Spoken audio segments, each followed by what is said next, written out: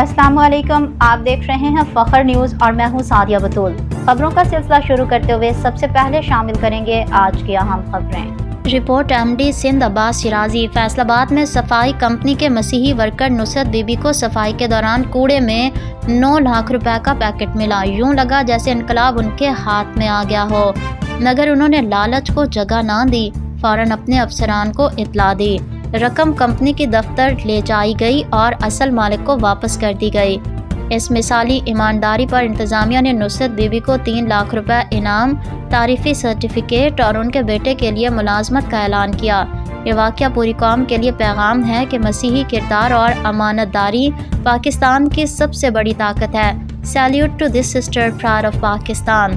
پاکستان کے تمام رشوت خور کروڑ پتیوں کے منہ پر ایمانداری کا تمانچہ ہے۔ پاکستان ایسے لوگوں کی وجہ سے چل رہا ہے، باقی تو کوئی کسر نہیں چھوڑ رہے۔ فی الوقت کے لیے اتنا ہی۔ مزید خبروں اور اپڈیٹس کے لیے دیکھتے رہیے فخر نیوز HD۔